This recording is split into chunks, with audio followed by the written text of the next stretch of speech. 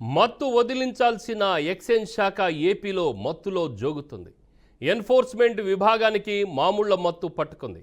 మామూళ్లు ఇస్తేనే షాపుల నిర్వహణ ఉంటుంది, లేదంటే కష్టమే అన్నట్లుగా వ్యవహరిస్తున్నారు. కృష్ణా జిల్లాలో ఈ పరిస్థితి చాలా తీవ్రంగా ఉంది. పైసలు ఇవ్వకపోతే సదరు దుకాణదారులు, బార్ల యజమానులపై తప్పుడు కేసులు పెడుతూ వేధిస్తున్నారు. కేసులు లేకుండా ఉండాలంటే చెప్పినంత ఇవ్వాల్సిందేనని తేల్చి చెబుతున్నారు. ఎక్సైజ్ ఆఫీస్ ఖర్చుల పేరుతో ముక్కుపిండి వసూలు చేస్తున్నారు. మద్యం దుకాణం అయితే నెలకు 30,000 చెల్లించాలి. ఒక్కో బార్ యజమాని అయితే 50,000 చెల్లించాలి, లేదంటే తిప్పలు తప్పవు. ఈ లెక్కన జిల్లాలోని షాపులను బట్టి మద్యం దుకాణాల నుంచి 36,90,000, బార్ల నుంచి 16 లక్షల రూపాయలు వసూలు చేస్తున్నారు. అంటే నెలకు ₹1,00,00,000 వసూలు చేస్తున్నారు.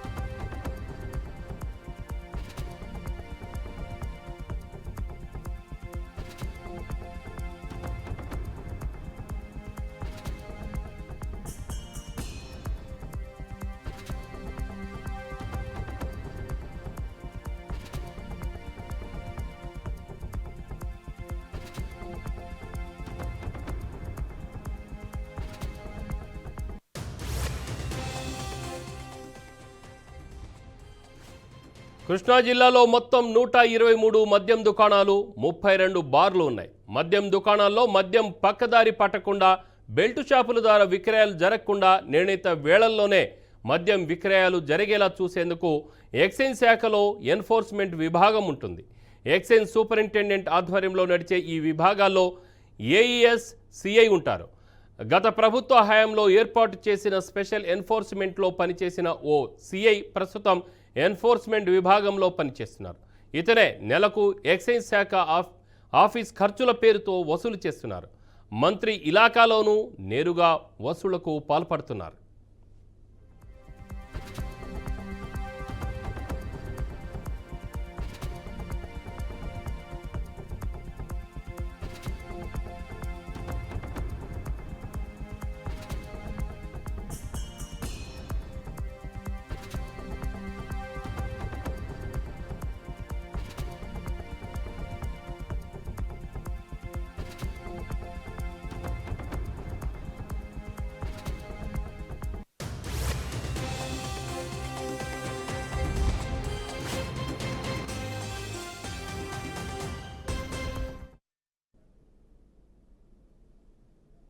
ఈ ఎక్సైజ్ సిఐ పేరు చెబితే కృష్ణా జిల్లాలో మద్యం దుకాణదారులు బెంబేలెత్తిపోతున్నారు.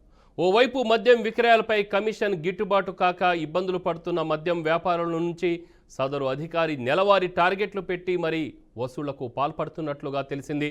ఈయన నెలవారీ వసూళ్ల టార్గెట్ తెలిస్తే కళ్ళు తిరగాల్సిందే.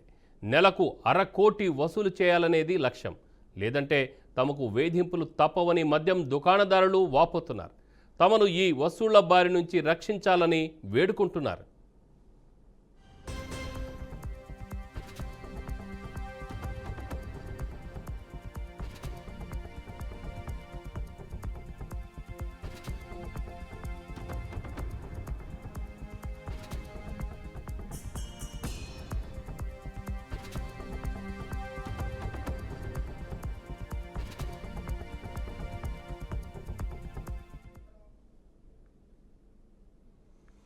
మచిలీపట్నంలో 8 మద్యం దుకాణాలున్నాయి.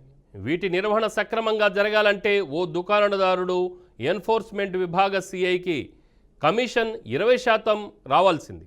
తమకు 10% కూడా గిట్టుబాటు రావడం లేదని, మామూళ్ళు అంతా ఇచ్చుకోలేమని దుకాణదారులు వాపోతున్నారు. కానీ సదరు సిఐ మాత్రం కప్పం కట్టకపోతే 9C లూజ్ కేసు పెట్టేస్తామంటున్నారు. గన్నవరం నియోజకవర్గంలో 23 మద్యం దుకాణాలు ఉండగా సగం మంది మామూళ్లు ఇవ్వడానికి విముఖత చూపారు. దీంతో 6గురిపై లూజ్ కేసులు పెట్టారు. మిగిలిన వారు మామూళ్లు ఇచ్చేందుకు సిద్ధమయ్యారు. కృష్ణా జిల్లా వ్యాప్తంగా దాదాపు అన్ని చోట్ల ఇదే తంతు నడుస్తోంది. మామూళ్లు ఇవ్వకుంటే కేసులకు సిద్ధపడాలని స్వయంగా సదరు సిఐ హెచ్చరికలు జారీ చేస్తుండడం భయాందోళన కలిగిస్తోంది.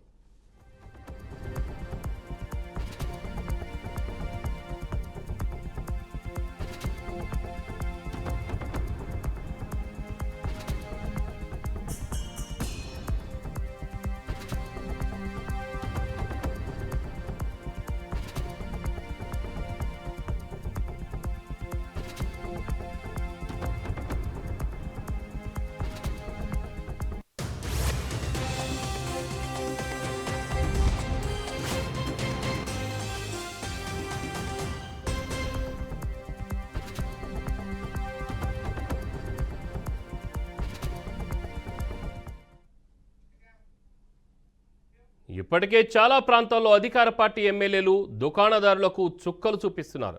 న్యాయబద్ధంగా లాటరీ పద్ధతిలో షాపు దక్కించుకున్నప్పటికీ అడ్డుపడుతున్నారు. ఇప్పటికీ షాపులు ఓపెన్ చేయనివ్వడం లేదు. షాపు వదులుకొని తామిచ్చే కమిషన్ తీసుకోవాలని, లేదంటే తమకే నెల నెల అడిగినంత కమిషన్ ఇవ్వాలని డిమాండ్ చేస్తున్నారు. లేదంటే షాపుల నిర్వహణ చేయనివ్వమని నేరుగా చెప్పేస్తున్నారు. ముఖ్యమంత్రి చంద్రబాబు మద్యం షాపుల విషయంలో ఎమ్మెల్యేలు జోక్యం చేసుకోకూడదని చెబుతున్నప్పటికీ వాళ్ళు వింటున్న పరిస్థితి లేదు. వాళ్ళు చేయాల్సింది చేసేస్తున్నారు. ఎవరి ఆదేశాలను పట్టించుకోవడం లేదు. డబ్బే పరమావధిగా ప్రవర్తిస్తున్నారు. దీంతో స్థానిక ఎమ్మెల్యేల తీరుతో విసిగెత్తిపోతున్నారు.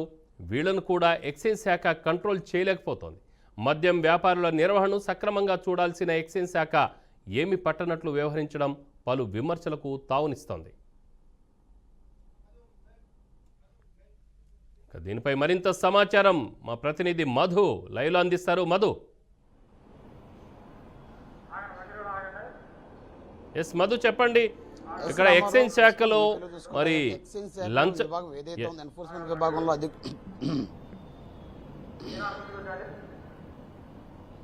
మాట్లాడండి మధు.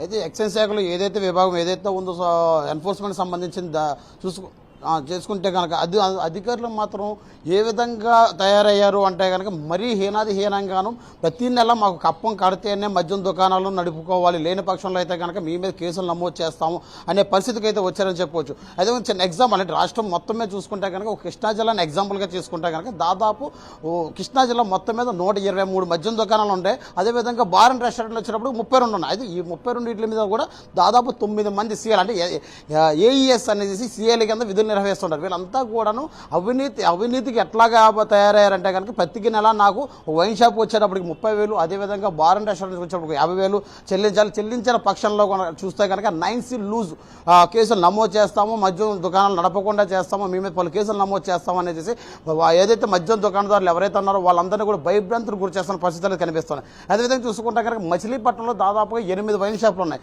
ఈ 8 వైన్ షాపులు కూడా దాదాపు 20% కమిషన్ మాకు ఇవ్వాల్సిందే వచ్చిన ఆదాయంలోనూ. అంటే దేని వరకు అంటే కనుక ఆఫీస్ మెయింటెనెన్స్ కావాలి, ఆఫీస్ మెయింటెనెన్స్ ప్రభుత్వం ఇస్తున్న డబ్బులు మాకు సరిపోవట్లేదు, ఆఫీసులో కనుక స్టేషనరీకి సంబంధించిన కొనుగోలు చేయాలన్నా సరే, ఆఫీస్ మెయింటైన్ చేయాలన్నా కూడా దానికి సంబంధించిన డబ్బులు కావాలి, మీకు ప్రతి నెల మాకు ఒక వైన్ షాప్కి సంబంధించిన ఏదైతే ఉందో వచ్చిన ఆదాయంలో 20% మాకు చెల్లిస్తేనే కనుక మీరు మద్యం దుకాణాలు నడుపుకోవాలనేది కూడా కరాఖండిగా ఈ ఎవరైతే ఉన్నారో సీఎల్కి విధులు నిర్వహిస్తున్న వాళ్ళంతా కరాఖండిగా చెప్తున్న పరిస్థితులు కనిపిస్తుంది. అదేవిధంగా చూసుకుంటే కనుక గన్నవరంలో కూడా చూసుకుంటే కనుక దాదాపు 23 మద్యం దుకాణాలు ఉన్నాయి. ఈ 23 మద్యం దుకాణాలతో కూడా ఒకసారి వీళ్ళందరితో కూడా ఒక మీటింగ్ ఏర్పాటు చేయించి ప్రతి నెల మాకు వైన్ షాప్కి అయితే 30,000 కట్టాలి, అదే బార్ అండ్ రెస్టారెంట్కి అయితే 50,000 కట్టాలి, కట్టిన వారి మీద కనుక కేసులు నమోదు చేస్తాం, తర్వాత మీ ఇష్టం అని చెప్పేసి ఈ సీఎల్ ఎవరైతే ఉన్నారో చెప్పడం జరిగింది. అయితే కనుక కొంతమంది ఈ లంచం ఇవ్వడానికి సముఖత చూపించినప్పటికీ కొంతమంది ఎవరైతే లంచం ఇవ్వలేదో వారి మీద దాదాపు 6 మీద కూడా ఈ 9C లూజ్ కేసులు నమోదు చేశారని కూడా ఇటీవల కాలంలో తెలుస్తుంది. అయితే కనుక ఏదైతే ప్రభుత్వం కొత్త పాలసీ తీసుకొచ్చిందో మద్యం పాలసీని దాదాపు 4 రాష్ట్రాల్లో చూసుకుని మొత్తం అంతా సమీకరణలు చేసి ఈ మద్యం పాలసీని తీసుకొచ్చింది. అంటే కల్తీ మద్యం కానీ, అదేవిధంగా కానీ బెల్ట్ షాపుల నిర్వహణ కానీ, పర్మిట్ రూముల విషయంలో కానీ ఒక దిశానిర్దేశం చేసింది. అయితే కనుక వీటన్నిటిని కూడా పక్కన పెట్టి ఈ ఎక్సైజ్ శాఖలు ఎవరైతే ఎన్ఫోర్స్మెంట్ విభాగంలో పనిచేసి 9 మంది సీఏలు కూడా దాదాపుగా ఇది అంటే అవినీతికి ఎలాగా దారదత్తం చేస్తున్నారంటే కనుక చూసుకోవచ్చు. అంటే ఒక నెలకు వచ్చేటప్పటికి ఒక వైన్ షాప్ నుంచి 30,000, అదే బార్ అండ్ రెస్టారెంట్ నుంచి 50,000. అంటే కనుక ఇలా నా మామూలు ఇస్తేనే మీరు వ్యాపారం చేసుకుంటారు, లేని పక్షంలో చేసుకోము. అంటే ఏదేమైనా కొల్లి రవీంద్ర మంత్రివర్యులు ఎవరైతే ఉన్నారో మచిలీపట్నం అడ్డాగా చేసుకుని ఈ ఎన్ఫోర్స్మెంట్ విభాగంలో ఎవరైతే ఉన్నారో ఏఈఎస్ సీఎల్కి విధులు నిర్వహిస్తున్న వాళ్ళు ఈ విధంగా అవినీతికి పాల్పడుతున్నారంటే ఉన్న పరిస్థితులు చూసి అంటే మిగిలిన జిల్లాలో కూడా సేమ్ ఇదే పరిస్థితి ఉంది, కానీ బయటికి రావడానికి కొద్దిగా అవకాశాలు తక్కువగా ఉన్నాయి. అయితే కనుక ఇప్పుడు మచిలీపట్నం చూసుకున్న ఎవరైతే ఉన్నారో సీఎల్కి విధులు నిర్వహిస్తున్న వీళ్ళంతా కూడా 123 మద్యం దుకాణాల మీద, అదేవిధంగా 30 అంటే దాదాపుగా నెల వచ్చేటప్పటికి 1.5 కోటి డబ్బులు వసూలు చేస్తారని చెప్పుకోవచ్చు. అయితే కనుక ఎంత హీనం అంటే ఎంత నీచాతి నీనంగా ఉందంటే పరిస్థితి. అయితే మా ఆఫీసు మెయింటెనెన్స్ కోసం డబ్బులు అడుగుతున్నాము తప్పించి మా వ్యక్తిగతంగా మా ఇంట్లోకి డబ్బులు అడగట్లేదు, ఆఫీస్ అంటే ప్రభుత్వం ఇచ్చే డబ్బులు మాకు సరిపోవట్లేదు ఆఫీస్ మెయింటెనెన్స్కి అనేసి మరీ హీనంగా అడుక్కున్న పరిస్థితులు అయితే కనుక అధికారులు అయితే పరిస్థితులు కనిపిస్తున్నాయి. రామారావు, అంటే ఇప్పుడు కేవలం అది చూస్తే అక్కడ ఆరోపణ మాత్రమే అనుకోవాలా దీన్ని? అంటే మా ప్రభుత్వం మాకు ఇస్తున్నది సరిపోవట్లేదని చెప్పేసి పోలీస్ అధికారులు చెప్తున్నారని చెప్పేసి ఇది కేవలం ఆరోపణైనా, లేకుండా రుజువు చేయడానికి కూడా ఏదైనా ఆధారాలు ఉన్నాయా? అలాగనే ప్రభుత్వం అంటే గత ప్రభుత్వంలో ఇది నిర్వహించింది, ప్రభుత్వమే వైన్ షాపులు నిర్వహించింది, ఆ బాధ్యత తీసుకుంది. ఇప్పుడైతే ప్రైవేట్ వ్యక్తులకు అప్పగించారు. దీన్ని బట్టే ఇలాంటి ఈ రాద్ధాంతం అంతా చోటు చేసుకుంటుందని భావించవచ్చా?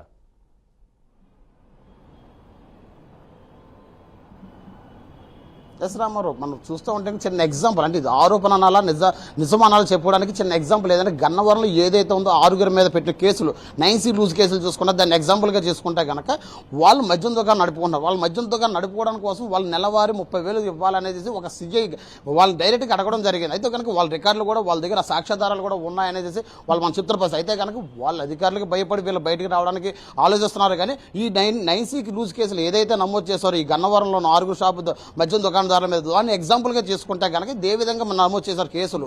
దేని కొరకు అనేది చూసుకుంటే కనుక కేవలం మన నెలవారీ మామూలు ఇవ్వలేదు కాబట్టే వీరి మీద కేసులు నమోదు చేశాము. నెలవారీ మామూలు ఇచ్చిన వాడు ఎవరి మీద కూడా కేసులు నమోదు చేయలేదు. మాకు నెలవారీ మామూలు ఇవ్వండి, మీరు ఎన్నైనా పర్మిట్ రూములు పెట్టుకోండి, ఇన్ని బిల్డ్ షాపులకైనా అనుమతులు తీసుకోండి అనేసి గంటారాంగా చెప్తున్న పరిస్థితులు కనిపిస్తాయి. అయితే కనుక ఏదైతే ప్రతిష్టాత్మకంగానూ చంద్రబాబు నాయుడు కానీ డిప్యూటీ సీఎం కానీ ఈ మద్యం పాలసీ మీద ఒక విధానం తీసుకొచ్చారు. అంటే పర్మిట్ రూములు ఉండాలంటే ఈ విధంగా ఉండాలి, అదే చూసుకుంటే కనుక బెల్ట్ షాపులు ఎక్కడ నిర్వహించకూడదు అనేసి ఒక స్పెషల్ విభాగాన్ని కూడా తీసుకురావడం జరిగింది. అయితే కనుక ఇది ఎక్కడా కూడా అమలు కాని పరిస్థితి కనిపిస్తుందని చెప్పుకోవచ్చు రామారావు. ఎస్, అంటే ఇందులో ఈ దందాలో అధికార పార్టీకి చెందిన ఎమ్మెల్యేలు అలాగనే కొంతమంది ప్రజాప్రతినిధులు నాయకులు కూడా ఉన్నారని చెప్పేసి ఆరోపణ వస్తుంది. ఇది ఎంతవరకు నిజం? ఇది ముఖ్యమంత్రి గారి దృష్టికి వెళ్ళిందా లేదా?